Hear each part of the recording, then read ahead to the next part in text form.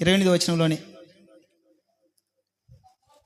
నీ విశ్వాసము గొప్ప విశ్వాసం. Praise the lord, hallelujah.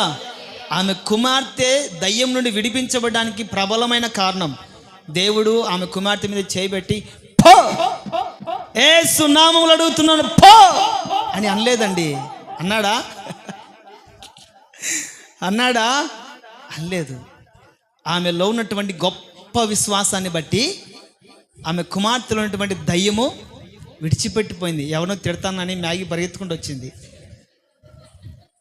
Praise the lord, హల్లెలూయా. ఆమెలో ఉన్నటువంటి గొప్ప విశ్వాసాన్ని బట్టి ఆమె కోరిక నెరవేర్చబడింది. మన కోరికలు మనం అనుకున్నది కూడా నెరవేర్చబడాలి అంటే మనలో గొప్ప విశ్వాసం, ఆవగింజంత విశ్వాసం అంటే చాలండి.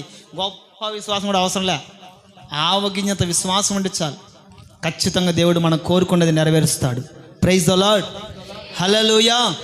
నా ప్రియమైన వాళ్ళరా, మన కోరికలన్నీ మన ఆశలన్నీ నెరవేర్చబడాలి అంటే ఎన్ని మాటలు?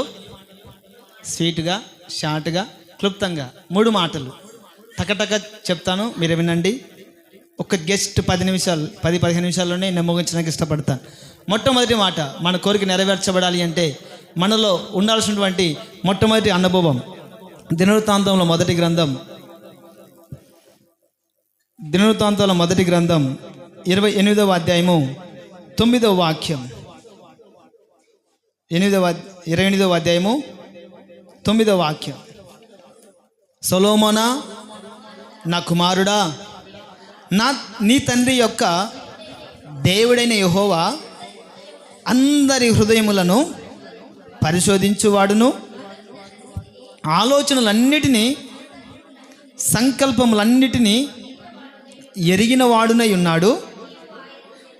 నీవు ఆయనను తెలుసుకొని హృదయపూర్వకముగాను మనపూర్వకముగాను ఆయనను సేవించుము. ఆయనను వెదకిన ఎడల ఆయన నీకు ప్రత్యక్షమగును. నీవు ఆయనను విసర్జించిన ఎడల ఆయన నిన్ను నిత్యముగా త్రోసివేయును. ఇక్కడ ఒక వ్యక్తి ఒక కోరిక కోరుకున్నాడండి. ఎవరు ఆ వ్యక్తి అంటే సొలొమోన్. ఎవరు ఆ వ్యక్తి? సొలొమోన్. ఈ సొలొమోనుకు తన తండ్రి అయినటువంటి దావీదు ఒక పని అప్పగించాడు. ఏంటి ఆ పని అంటే, దావీదు కూడా కోరిక కోరుకున్నాడు. ఏంటి ఆ కోరిక అంటే, నేను చక్కటి దేవుని మందిరాన్ని నిర్మించాలి అని టన్నుల కొద్దీ బంగారాన్ని, వెండిని, లేకపోతే ఆర్థిక డబ్బుల్ని, నాణ్యాలని